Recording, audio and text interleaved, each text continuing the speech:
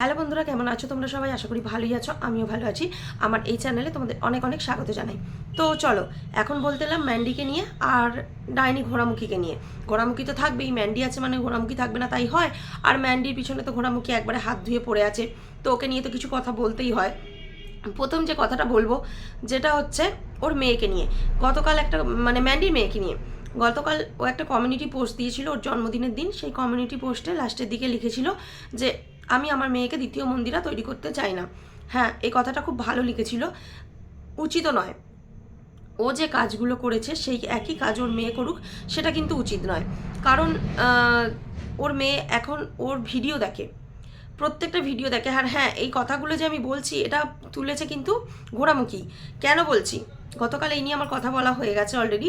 ও তুলেছে ওর ফোন দেওয়া বিষয়টা নিয়ে, ম্যান্ডি যে ওর মেয়েকে ফোন গিফট করেছিল সেই বিষয়টা নিয়ে। এই বিষয়টা ঠিকই বলেছিস, কারণ তোর ওই ম্যান্ডির ওর মেয়েকে জন্মদিনে ফোন গিফট করাটা একদম ঠিক হয়নি, উচিত হয়নি। কারণ একটা ছোট্ট মেয়ে, আমি জানি এখনকার বাচ্চারা খুব ফোন ঘাঁটতে ভালোবাসে, কেননা ওরা বড়দের দেখেই শেখে। আমরা সারাদিন এই যে ভিডিও করছি, ভিডিও দেখছি পুরোটাই ফোনে। সারাদিন ফোন ঘাঁটছি, ভিডিও দেখার জন্য ঘাঁটছি, ভিডিও আপলোড দেওয়ার জন্য ঘাঁটছি। ওরা কিন্তু আমাদের দেখি এগুলো শিখছে, বড়দের দেখি ছোটরা শিখছে। তাই বলে এই নয় যে ওদের হাতে আমাদেরকে ফোন তুলে দিতে হবে। হ্যাঁ, এখন বাচ্চারা ফোন ঘাঁটতে ভালোবাসে, একবার আধবার টুকিটাকি দেওয়া উচিত। কেননা ওরাই বা কী করবে সব সময়? এখন তো আর বাইরে খেলতেও যাচ্ছে না, কিছুই না, বাড়িতে থাকে। ঠিক আছে, একটা কার্টুনের ভিডিও দেখ, একটা গেম খেল, এগুলো ছোটোখাটো জিনিস আমরা দিয়ে থাকি, মিথ্যা কথা বলবো না, আমার ছেলেকেও আমি দিই। তো সেখানে ম্যান্ডি আলাদা করে একটা ফোন কিনে দেওয়া, এটা কিন্তু যুক্তিযুক্ত নয়। ঠিক আছে, আমি একটা ভুল করেছিলাম অনেক দিন আগে। ছেলেকে একটা ফোন কিনে দিয়েছিলাম। ছেলেকে অ্যাকচুয়ালি ফোনটা কিনে দিইনি, ফোনটা কিনেছিলাম, কিনে ওই ব্যবহার করতো টুকটাক। এমন নয় যে তাকে আমি গিফট করে দিলাম। কেন বলো তো? আমি দোকানে থাকি আর মা যায় অফিস। সেখানে ছেলেটা বাড়িতে থাকতো, তো একা একা থাকতো অনেক সময়। এবার সেই সময়তে আমি ওকে ফোন করে খবর নিতাম, কিংবা ওকে ডাকতাম যে তুই দোকানে চলে আয়। এই সব বিষয়গুলোর জন্য বাড়িতে থাকতো, হয়তো টিভি দেখতো, কোনো সময় বই নিয়ে বসতো না। একা একা বই নিয়ে বসার ছেলে নয়, বেকার মিথ্যে কথা বলে লাভ নেই। অনেক কষ্ট করে পড়াশোনাটা করাতে হয়। তো সেখানে একটা ফোন আমি দিয়েছিলাম, কিন্তু সেই ফোনটা এখন আর নেই। কেননা ওরই একটা ভুলের জন্য ফোনটা ভেঙে গেছে। সেটা হচ্ছে আমার মামার বাড়ি, আমার মায়ের সাথে গিয়েছিল। তো সেখানে গিয়ে একটা অনুষ্ঠান বাড়িতে গিয়েছিল, মানে বিয়ে বাড়ি মনে হচ্ছে, মনে হয় মামার ছেলের বিয়েতে না অন্নপ্রাশন, মামার নাতির অন্নপ্রাশনে কিছু একটাতে গিয়েছিল। তো সেইখানে গিয়ে ও ফোনটা চার্জে দিয়েছিল, তখন অনেকটা ছোট ছিল। যার হোক হাতে লেগেই হোক, যাই হোক, বুঝতেই পারছো একটা অনুষ্ঠান বাড়িতে ভিড়ভাট্টা থাকে। তো সেখান থেকে হাত লেগে ফোনটা নিচে পড়ে যায়, শানের ওপরে পড়ে যায়। তো তারপর মানে ডিসপ্লেটা এমনভাবে চূর্ণ বিচূর্ণ হয়ে গিয়েছিল যে তারপর থেকে ওই ফোনটা আর কাজ হয় না। তারপরে তো আমি একবার আমারও কিছু দোষ ভুলভ্রান্তি আছে। কেননা যখন ফোনটা নিয়ে অতিরিক্ত ঘাটাঘাটি করতো, তখন রাগের মাথায় আমি ধরো কাজ করছি, এত বলছি শুনছে না। ছেলেরা তো, এখনকার ছেলেমেয়েরা তো এরকম টাইপেরই, শুনছে না। তো দিতাম ফোনটাকে আচার মেরে, যে তোকে আর ব্যবহার করতে দেবো না, ফোনটাকে ভেঙেই দেবো আজকে বলে দিতাম এরকম ছুঁড়ে ছাড়ে আচার মেরে। তো সেই সব করতে করতে 2-4বার এরকম আচার খেয়ে খেয়ে ফোনটা গেছে। ওর ওর ফার্স্ট ভুল হয়েছিল ওই একটা, আর তারপর তো আমার হাতে গেছে, পুরো ফোনটা ভেঙে গেছে, ওটা আর কিচ্ছু নেই, ওটার ইউজ হয় না। চলো, আমার ছেলের ফোনের গল্প শেষ। এখন ওই আমি এই ফোনটা, যে ফোনটা আমি এখন ভিডিও করছি, এই ফোনটা কিনেছি মোটামুটি কতদিন হবে, একটা ফোনের ভিডিও আছে দেখবে, 6 মাস 7 মাস হয়ে যাবে। তো সেই সময় এই ফোনটা কেনার পরে আমার পুরোনো ফোনটা নিয়ে 2-1বার ঘাটাঘাটি করেছে, ওটাও আমার খারাপ হয়ে গিয়েছিল বলেই এটা কিনেছিলাম। তো ওইটা নিয়ে এখন নাড়াচাড়া করে, চার্জ মানে একটুখানি চার্জ, মানে চার্জ দেওয়ার পর একটুখানি ঘাঁটলেই চার্জ শেষ হয়ে যায়, ওটা কোনো ব্যাপার না। কিন্তু আবার এই ফোন কিনে দেওয়া, না আর না, দেবো না, বড় হলে নিশ্চয়ই দেবো। সেখানে মন্দিরা কী করলো, ওর মেয়েকে একটা ফোন গিফট করলো, ভালো দামি অ্যান্ড্রয়েড ফোন গিফট করলো। ওই ফোনটা নিয়ে ওর মেয়ের সর্বসময় কাটে। তো একটা কথা বলি, বাচ্চাকে যদি তোদের মতো মানুষ না করতে চাস, দয়া করে ফোনটা দিস না। এই কথাটা ঘোড়ামুখী, সব ভুল কথার মধ্যেও একটা ঠিক কথা, যে ফোনটা দিস না। এইভাবে সবসময় ফোন দিয়ে রাখাটা ঠিক নয়। দিবি অল্প অল্প সময় দিবি। আর একটা কথাও ঠিক, যে তোর মেয়ে অতিরিক্ত জেদি হয়ে গেছে, ঠিক তোর মতো। মন্দিরে যতটা জেদি, ওর মেয়ে ততটাই জেদি। মন্দিরা ভাবে আমি যেটা মানে ভাবি সেটাই করব, ওর মেয়েও ঠিক তাই, মানে আমার যেটা বলবো সেটাই চাই, এইরকম একটা তৈরি হয়ে গেছে। কেন বলো তো, বাচ্চারা কখন তৈরি হয়? যখন বাবা মায়েরা যেটা বলবো সেটাই এনে দেয়, বাবা মায়ের টাইম দেওয়ার সময় নেই, সেই সব বাচ্চাগুলো জেদি হয়ে যায়, যে কেন দিয়ে দিয়ে অভ্যস্ত করে দিয়ে আর যদি বলি দেবো না, সেটা ভুল। তো সেই কারণে অতিরিক্ত জেদি হয়ে গেছে।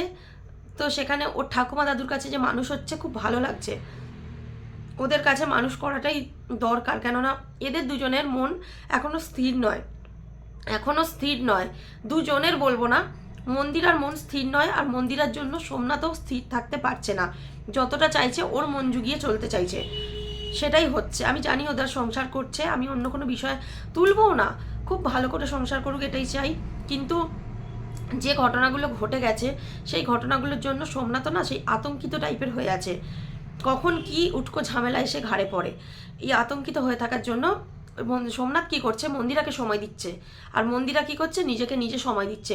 মেয়েটাকে দেখে না বলবো না, খাবার টাইমে খাবারগুলো খুব সুন্দর দেয়, টাইম টু টাইম খেতে দেয়, এইটুকু আমি বলবো। টাইম টু টাইম কি খাবে, এই টাইমে মেয়ে এই খাবে, দুপুরবেলা এই খাবে, বিকেলে এই খাবে, রাতে এই খাবে, এগুলো বলে। কিংবা ওর ঠাকুমা দাদুর কাছে গিয়ে এই খেলো, এগুলো দেখিয়ে দেয়, ঠিক আছে। তো সেখানে কিছু খেতে গেলে মেয়ের জন্য নিয়ে যাওয়া, এই যে মায়ের মন একটা ভেতর থেকে, এগুলো ওর মধ্যে রয়েছে, কিন্তু সময় দিয়ে উঠতে পারছে না। এই কি বলবো, নিচে ধাক্কা খাওয়ার পর থেকে সময়টা ঠিকমতো দিয়ে উঠতে পারছে না। কিন্তু আগে এটা হতো না, আগে এটা হতো না। মন্দিরা নিজের জীবনটাকে যে কীভাবে নষ্ট করে ফেলেছে সে ও নিজেও জানে না। আজ ওর হাতে সব আছে, ওর কাছে টাকা পয়সা সোনা দানা সব রয়েছে, কিন্তু মানসিক শান্তি নেই, এটাই হচ্ছে মুশকিল। এইখানেই মুশকিল হয়ে গেছে, মানসিক শান্তি নেই। সংসার তো করছে কিন্তু মন থেকে নয়, বুঝতে পারছি, বুঝতে পারছি, কিন্তু বলতে চাইছি না। কেন জানো, শুধুমাত্র এই বলা কথা শুনে যদি সংসারে কোনো ক্ষতি হয় সেই জন্য। কিন্তু আজকে বলতে বাধ্য হচ্ছি যে মেয়ের প্রতি একদম যত্নবান নয়, একদম নয়। আরও একটা কথা আমি বলবো, জনির কথা। ওই জনিকে নিয়ে তোরা মানুষ করছিস, তোরা ওর খেয়াল রাখিস না, এটাও কিন্তু সত্য কথা। জনির প্রতি কোনো রকম খেয়াল রাখিস না। এটা আমি যতই চাই যে ঘোড়ামুখীর কথা অস্বীকার করতে পারছি না। একটা মানুষ ভুল বলে তার সমস্তটা যে ভুল, সেটা কিন্তু ভাবা উচিত নয়। তার ভুলটাও আমি দেখাবো, ওয়েট, কিছু কথা বলি, তারপর তার ভুলটাও আমি বলবো। তো সে ভুল, যে যে কথাগুলো ঠিক বলেছে সে কথাগুলো ঠিকই। সারাটা দিন সকাল থেকে ঘুম থেকে উঠে থেকে আমি জানি ওর বাবাকে নিয়ে এখন হসপিটালে যেতে হচ্ছে, তো সেখানে পড়ে থাকা, ও কি খাচ্ছে কি খাচ্ছে না, কিংবা এসে একবার খবর নেওয়া, এগুলো করে না, এগুলো ওরা করে না। ওরা নিজেদের মতো থাকে, ওরা নিজেদের মতো থাকে। কিন্তু এই দিক থেকে আমি ঘোড়ামুখীর একটা মানে ভালো দিক আমি দেখতে পাই, ওর শেরুকেও খুব ভালোবাসে, খুব প্রচণ্ড ভালোবাসে। মানে মানুষ নিজের সন্তানকে যতটা ভালোবাসে ও ওই কুকুরটাকে ততটাই ভালোবাসে। আমি হয়তো ওকে কুকুর বলছি, ওকে বাচ্চা বলে, নিজের বাচ্চা না। আমি এটা বলছি বোঝানোর জন্য, অনেকে হয়তো ভাববে শেরুকে, তাই বোঝানোর জন্য কথাটা বললাম। ওর কাছে ওর বাচ্চা সত্যি ভালোবাসাটা প্রচুর। চলো, এই তো গেল ঘোড়ামুখীর প্রশংসা। না, ওর প্রশংসা করতে আমার একদম ইচ্ছা করে না, কিন্তু যে কথাগুলো বলে যে ঠিকঠাক মনে হয় সেগুলো তো ঠিকই। আমি যদি চাই তার উপরে ঘাড়ে উল্টোপাল্টা কথা চাপিয়ে দেবো, সেটা কি হয়? সেটা তো হয় না। চলো নেক্সট যেটা বলবো, মামি ভাগনার বিষয়। এটা শুনলে তো কিন্তু সবাই একদম লাফিয়ে ওঠে। একটা স্লোগান তৈরি হয়েছে না 14ই জানুয়ারি স্লোগান, মামিমা হটাও ভাগনা বাঁচাও। দারুণ দিয়েছে সঞ্জয় দা, দারুণ দিয়েছে। আমার গলা ভাষার জন্য সত্যি কথাগুলো হয়তো শুনতে খারাপ লাগবে, কিন্তু সঞ্জয় দা যেভাবে বলেছে না, মানে এটা মনে হচ্ছে আমার নূপুরদি বললো কথাটা ফার্স্ট। তো এই যে স্লোগানটা নিয়ে যদি 14ই জানুয়ারি ওই ঘোড়ামুখী ডাইনির পিছনে সবাই মিলে স্লোগান দেওয়া হয়, ঘোড়ামুখী টিকতে পারবে তো কি জানি। আমি আসছি দাদা, ওয়েট করো তোমাদের দলে যোগদান করতে। তো চলো এখন এই বিষয়টা নিয়ে একটা কথা বলি। ঘোড়ামুখীর ননদ নাকি ফোন করেছিল যে কি শুনছি এসব, ভাগনাকে নিয়ে এসব কথা তুমি সহ্য করছো? ও বলছে কি করব, মানুষ তো আমার বাবার সাথেও আমাকে শুইয়ে দিচ্ছে, তাহলে কি করব, আমার কি কিছু করার আছে? না তুমি ছেড়ে দাও প্রফেশনটা। ছাড়বে না, পয়সা কোথায় পাবে? পয়সা এখান থেকেই তো আসছে। এত ঠাট বাট, এত খাওয়া দাওয়া, এত ঘোরাঘুরি, লাক্সারি, মিট আপ রাখা, এগুলো কোথা থেকে? এখান থেকেই। তাহলে এই প্রফেশনটা ছেড়ে দিলে হয়? এটা ছেড়ে দিলে হবে না গো, একদমই চলবে না। তো এই হলো ওর ননদ নাকি ওকে এই কথা বলেছে ফোন করে, কিরে ঘোড়ামুখী ফোনে তুই তো মানে call recording, voice clip, video clip এসব দেখানোর জন্য একবার উঠে পড়ে লাগিস লোকের। কই তোর ননদের সঙ্গে তোর কনভারসেশনটা একটু মানে ভয়েসটা একটু শোনাস, তোর কল রেকর্ডিংটা একটু, তাহলে জানবো।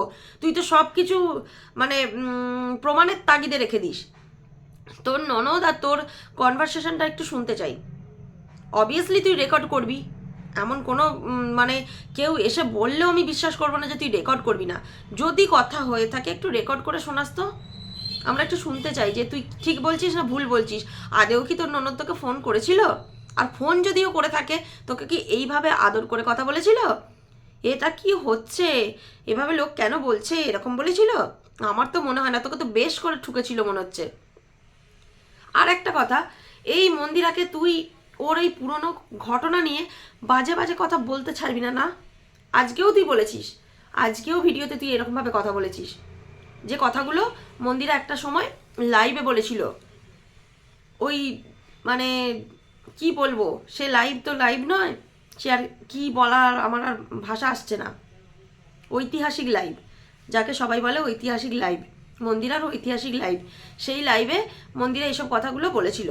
তো সেই কথাগুলো কন্টিনিউ তুই বলে যাবি, তাই তো? কন্টিনিউ বলে যাবি, ছাড়বি না, আজ পর্যন্ত ছাড়বি না। যে ঘটনাটা কয়েক মাস আগে স্টপ হয়ে গেছে, সেই ঘটনাটা তুই আজও ছাড়বি না। আর কি বলছিলিস, সেকেন্ড পরকিয়া, নতুন বছরের শুরুতে নতুন পরকিয়া।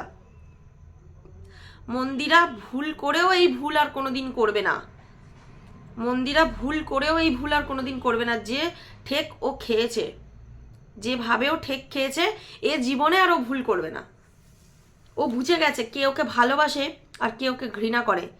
আর যে ভালোবাসে তাকে ও দু পায়ে দলে দিয়েছিল, আর যারা ওকে স্বার্থের জন্য ব্যবহার করেছে তাদেরকে আপন করে নিয়েছিল ওই বিভৎস দিনগুলোতে।